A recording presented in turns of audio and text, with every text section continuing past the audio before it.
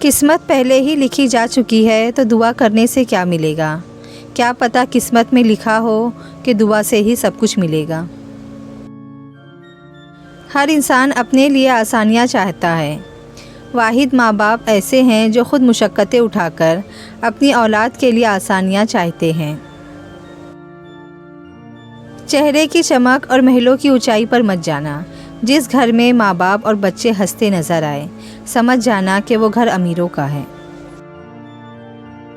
قرآن کو مٹانے والے ہر دور میں آئے، مٹ گئے، فنا ہو گئے، دفن ہو گئے۔ قرآن چمکتا رہا، چمکتا ہے، چمکتا رہے گا۔ توبہ بھی تو ہر کسی کو نصیب نہیں ہوتی، یہ تو اس کو ہی نصیب ہوتی ہے جس کو میرا مالک چن لے، اور ہمارا خالق صرف اخلاص سے بھرے ہوئے دل کو ہی چنتا ہے۔ دنیا میں 1000 رشتے بناؤ، لیکن ایک رشتہ ایسا ضرور بناؤ کہ جب ہزاروں آپ کے خلاف ہو تو وہ ایک آپ کے ساتھ ہو۔ اگر آپ کسی سے یہ توقع رکھتے ہیں کہ وہ آپ کے ساتھ اچھا رہے گا کیونکہ آپ اس کے ساتھ اچھے ہیں، تو یہ بالکل اسی کی طرح توقع ہے کہ شیر آپ کو نہیں کھائے گا کیونکہ آپ بھی شیر کو نہیں کھاتے۔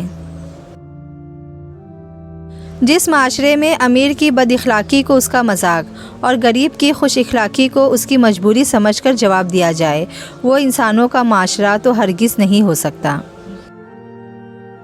جب فوتگی ہو جائے تو قبر کی کھدائی کے لیے محلے کے غریب لوگ نکلتے ہیں، جب شادی ہو تو مالدار لوگوں کے لیے خاص کھانے کا انتظام کیا جاتا ہے۔ معاشرہ خود بڑا منافق ہے۔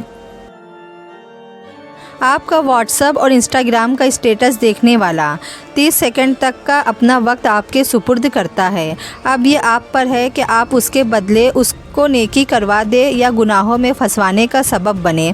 ہمیشہ یاد رکھیں، قیامت کے روز ذرے ذرے کا حساب ہوگا۔ ہمیں قبر میں موبائل کی روشنی چاہیے یا قرآن کی؟ بھلا ایسے کیسے ہو سکتا ہے کہ دنیا میں تو ہر وقت ہمارے ہاتھوں میں موبائل اور قبر میں قرآن کا ساتھ مل جائے؟ قبر میں بھی وہی ملے گا جس کو ہم نے دنیا میں ٹائم دیا ہوگا۔ دنیا میں ہی قرآن کو اپنا دوست بنا لے، قیامت کے دن قرآن اپنے پڑھنے والے اور عمل کرنے والے کے حق میں سفارش بن کر آئے گا۔ سوشل میڈیا کا غلط استعمال نامہ اعمال کو گناہوں سے فل کر دیتا ہے۔ آپ نے گھوم پھر کر اسی جگہ آنا ہے، لہٰذا دنیاوی لالچیں چھوڑ دو۔ رزق کی فکر نہ کرو، یہ اللہ کی ذمہ داری ہے۔ آخرت کی فکر کرو، یہ تمہاری ذمہ داری ہے۔ جب رسی سخت ہو جائے تو سمجھ جائے کہ ٹوٹنے والی ہے، اسی طرح حالات سخت ہو جائے تو جان لیجئے اب آسانی آنے والی ہے۔ ان مع العسر یسرا، بے شک ہر مشکل کے ساتھ آسانی ہے۔ دعا جیسی کوئی دوا نہیں۔